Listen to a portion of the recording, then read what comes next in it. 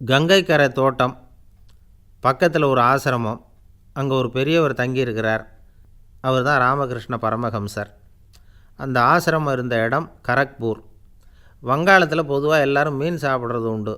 கங்கையில் குளிச்சுட்டு கையில் ஒரு மீனோடு வர்றது வழக்கம். இவர் இருக்கிற இடத்துக்கு கங்கையில் படகு வழியாக வரணும்.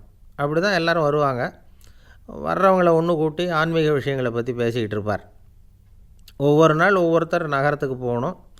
வரும்பொழுது மீன் கொண்டுக்கிட்டு வரணும். அதுக்கு ஒரு அட்டவணையே உண்டு ஆசிரமத்தில்.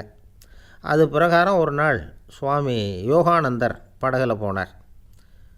படகை செலுத்தினவங்க ராமகிருஷ்ணரையும் சுவாமி யோகானந்தரையும் மற்றவங்களையும் பித்தர்கள் அப்படின்னு சொல்லி ஏளனமாக பேசினாங்க. அவங்க என்ன பைத்தியம் பிடிச்சவங்க அப்படிங்கிறது மாதிரி. சுவாமி யோகானந்தருக்கு ரொம்ப மென்மையான இதயம். இவங்க இப்படி கண்ணாபின்னான்னு பேசுகிறத பார்த்தா மீனை வாங்கிட்டு திரும்புகிறப்போ என்ன நடக்குமோ அப்படிங்கிற பயம் வேறு வந்துட்டுது அவருக்கு.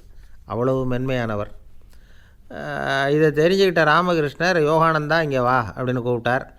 இவர் கண்ணீரை தொடச்சிக்கிட்டே கிட்ட போனார். சொன்னார், ஐயா, படகு ஓட்டுறவங்க உங்களை பற்றி மோசமாக பேசுகிறாங்க. என்ன திட்டினா பரவாயில்ல, ஆனால் உங்களை அவங்க திட்டுறாங்க. அதை என்னால் தாங்கிக்க முடியல அப்படின்னார். இதை கேட்டதும் ராமகிருஷ்ணருக்கு கோபம் வந்துட்டு தான். என்னது, உன்னுடைய குருவை பற்றி அவங்க மோசமாக பேசும்பொழுது நீ சும்மா இருந்தியா? வெளியில் போ அப்படின்னு விட்டார். குரு நிந்தனை செய்கிறப்போ அதை கேட்டுக்கிட்டு சும்மா இருக்கலாமா? குரு நிந்தனையை கேட்டால் பாவம் இல்லையா? என்னை தூற்றும்போது அவங்க பாவம் செய்கிறாங்க. அதை கேட்டுக்கிட்டு நீ சும்மா இருந்தால் நீயும் பாவம் செய்கிற அப்படின்னாராம். அடுத்த நாள் சுவாமி நிரஞ்சனானந்தர் போக வேண்டிய நாள்.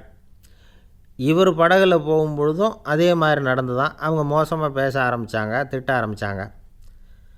அப்படி கேலி பண்ண ஒருத்தனை இவர் என்ன பண்ணார், பலார்னு கன்னத்தில் அரைஞ்சிட்டார். இன்னொருத்தனை கங்கையில் தூக்கி எறியறதுக்கும் தயாராகிட்டார். அதுக்கப்புறம் அவங்க யாரும் வாயை திறக்கலை. மீன் வாங்கிட்டு வர்றப்பவும் படகுல ஒரே அமைதி. அவ்வளவு பயம் அவங்களுக்கு. ராமகிருஷ்ணர் கூப்பிட்டு விசாரித்தார் என்ன நடந்ததுன்னு.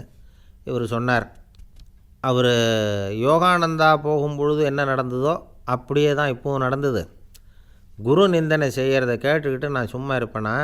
ஒருத்தனை அப்படியே அரைஞ்சுட்டேன், இன்னொருத்தனை ஆற்றுல தூக்கி போட்டுருவேன்னு பயமுறுத்தினேன், அவ்வளவுதான் அப்படின்னாராம். இப்போவும் ராமகிருஷ்ணருக்கு கோபம் வந்துட்டு தான். என்ன இது, அணியறது காஷாயம், இருக்கிறது ஆசிரமம், உனக்கு இவ்வளவு கோபம் வந்ததுன்னா அப்புறம் என்னத்துக்கு ஆசிரமத்தில் இருக்கணும்? பிரம்மச்சாரி எப்பவும் அமைதியாக இருக்கணும் அப்படின்னு அறிவுரை சொன்னாராம் ராமகிருஷ்ணர். அப்போ இவர் கேட்டாராம், ஏங்க அவருக்கு ஒரு விதமான அறிவுரை சொன்னீங்க, எனக்கு வேறு விதமாக அறிவுரை சொல்கிறீங்க, இதில் எது உண்மை அப்படின்னு கேட்டிருக்கார். இதுக்கு ராமகிருஷ்ணர் சொன்ன பதில் என்னென்னா, அட அசடே, சக்கரத்தில் காற்று அதிகமாக இருந்தால் குறைக்கணும், குறைச்சலாக இருந்தால் கூட்டணும். அவன் சாது, அவனுக்கு அதிக உணர்ச்சி தேவை, உனக்கு படபடப்பு அதிகம், உனக்கு பொறுமை தேவை அப்படின்னாராம். இதில் உள்ள கருத்து என்னென்னா, கல்விங்கிறது எப்படின்னா அதை சூழ்நிலைக்கு தகுந்த மாதிரி கற்பிக்கணும். எல்லாருக்கும் ஒரே மாதிரி கற்பிக்கக்கூடாது. கேட்குறவர் தகுதி, புரிஞ்சுக்கிற திறமை, இதை பொறுத்து கல்வி அமையணும். ஆரம்ப காலத்தில் ஒரு குரு, அப்போ ஒரு சீடன் இருந்தான். அது வேடிக்கையான குரு, வேடிக்கையான சீடன். ஒரு ஆசிரமம். ஒரு நாள் ஒருத்தன் அவசரமாக அந்த குருவை தேடி வந்திருக்கிறான். என்ன விஷயம்னு விசாரித்தார் குரு. உங்கள் சீடர் என்னை அடிச்சுட்டார் அப்படின்னு புகார் பண்ணானா அந்த ஆள்.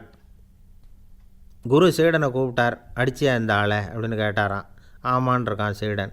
ஏன் அடித்தே அப்படின்னு கேட்டாரான். இந்த ஆள் உங்களை பற்றி மட்டமாக பேசிவிட்டான், என்னால் அதை தாங்கிக்க முடியல, அதனால தான் அடிச்சுட்டேன்ருக்கான். அப்படி என்ன பேசினான் அப்படின்னு கேட்டாரான். உன்னுடைய குருநாதர் இப்போல்லாம் அர்த்தமில்லாமல் பேச ஆரம்பிச்சிட்டார் அப்படின்னு சொல்லிவிட்டான், அதனால தான் அடிச்சுட்டேன் அப்படின்னானா. அதுக்காக அடித்தே அப்படின்னாரான். நான் அதுக்காக அடிக்கலை குருவே, இப்போல்லாம் நீங்கள் அர்த்தம் இல்லாமல் பேசுகிறதாக அவன் சொல்கிறான், அப்படின்னா இதுவரைக்கும் நீங்கள் அர்த்தத்தோடு பேசினதாகத்தானே அர்த்தம், அது தப்பு தானே, அதனால தான் அடித்தேன் அப்படின்னானா.